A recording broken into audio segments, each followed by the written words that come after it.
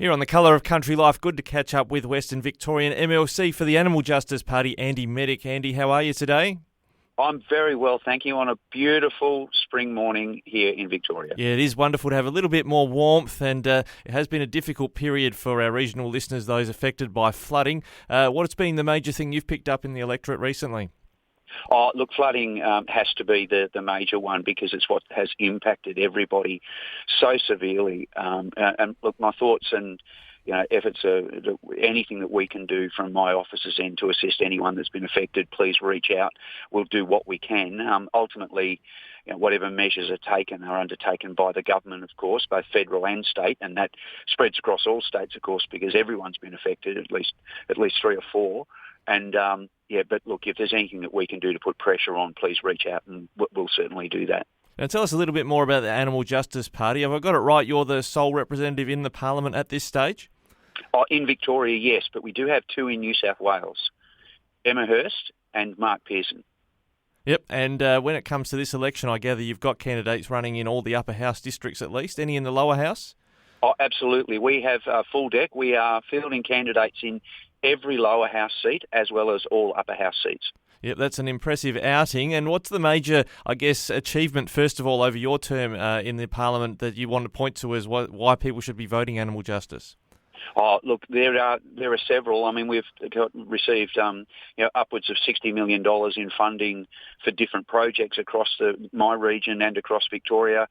We've managed to get new animal shelters, but probably the most recent one and the one that received international attention is a worldwide first in that we're creating what we're calling Veticare, which is a Medicare system for animals. So if you're a pensioner, for instance, or on a healthcare card, you'll be able to go to a vet and have your companion animals seen to for standard procedures and sometimes operations, and you'll be able to bulk bill that.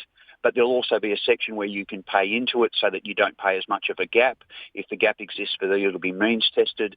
But it also includes measures to relieve the pressures that are on vets, because we know that right across Australia, vets are leaving the system, because they don't get the support they need financially and emotionally. We want to stop that. We want to help them out, let them have the best opportunity to stay in the system.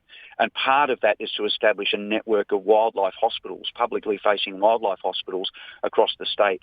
The first of which we announced the other day, which was $4.7 million for one to be erected in the southwest of Victoria, with $966,000 available to support the carers and rescuers who will feed into that hospital. So those will be spread out across the state. But also, our slogan is animals, people and planet.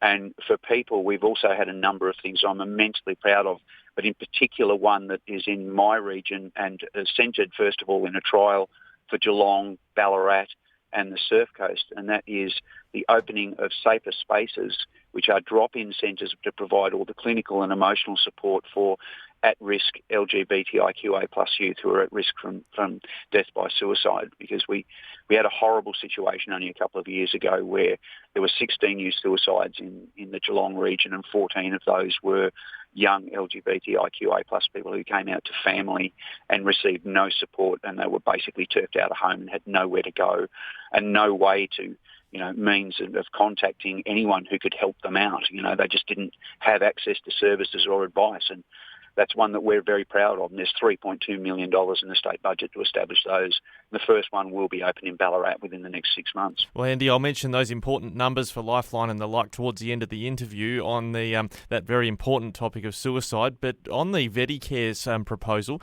is that actually locked in the budget, or is it something that you're pledging for the election? Oh, look, it's locked in terms of that we passed the motion in the Parliament with unanimous support in both houses. So it is going to get up. It is a very involved policy. So some of the things that we wanted in it have already started. As I say, the establishment of this hospital has been allocated in the budget. That's fine. But there are a number of changes that have to happen to the Wildlife Act, which was written in 1975 and it's never been reviewed. It's only been amended. That is underway now. And we expect to see that before the end of next year, that the draft legislation will come to the Parliament. But also we are throwing out the Prevention of Cruelty to Animals Act, and we've written a new one called the Animal Protection Act. And a number of the changes that are needed for Veticare also reside within that. Some of these things will need legislative change. They can't just be done via regulation. So those acts need to be rewritten and changed for some of those things to come to pass. And they need to be funded. We're involved in that. And it'll need to be funded as well. Is it being costed what the rollout of that policy is going to cost? Oh, look, absolutely. I've had some initial discussions with the Parliamentary Budget Office, but because it is fluid at the moment, they can't actually settle on something. I mean, we estimate that establishment cost in the first year could be anywhere between 60 million and 120 million, but we're just not sure yet. It will be settled down in once we get the changes to the acts that we need. Then we can say, all right, well, this individual circumstance needs X amount of dollars and so on and so on. But there are means to pay for these things within a budget. It's just a matter of finding the will and the way within the budgetary process. As an example, I'm on the board of Vic Health, and we are funded by a percentage of what's taken out of the tobacco tax excise. So in effect, we ask the industry that actually creates the problem to fund health initiatives.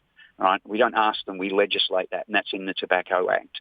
So there is a way, I think, of looking forward to that. And I can't give too much away, but I have been in discussions with the government about the funding model and where that comes from. And it is an industry which contributes to vast amounts of harm right across the spectrum, across the world, let alone Australia. You're potentially talking about a levy, perhaps, then, on those that might create the greatest animal welfare concerns? Potentially, yes.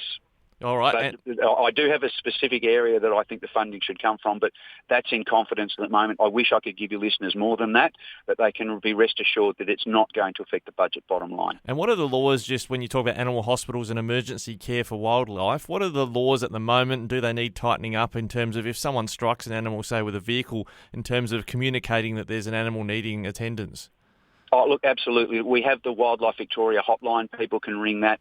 But across the state and across the country, there are also numerous rescuers who advertise their own phone numbers, and they can be called on day and night. But look, I think one of the things that we could do, and this is a community-led initiative, of course, but we could give wildlife rescue training to high schools, for instance. We could also roll that out as part of SES and other training for fire rescue.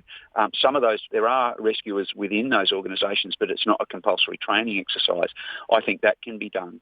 I think police should also be trained in wildlife rescue to some degree, because Australia is going to only have an increasing population over the next few decades.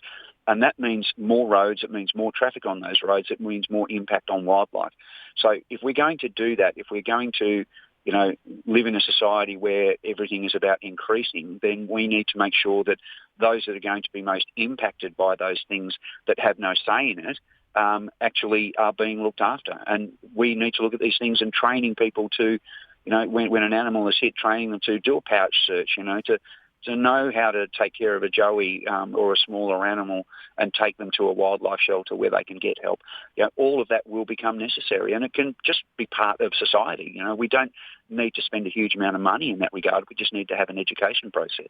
Well, that's a foretaste with Andy Medic from the Animal Justice Party of what might be on the way under the Animal Justice Party, with more MPs possibly on the way at the state election. That's up to you. Andy, thanks for joining us today on Flow. A pleasure. Thank you very much. And please mention those numbers for Lifeline. Quite importantly, those numbers to call, as Andy Medic mentions, if you are in distress or in need of help. Lifeline 13 11 14, 24 hours a day, 7 days a week. Lifeline also provides an SMS service. Text 0477 13 11 14. Also, you can contact Beyond Blue 1300 22 46 36.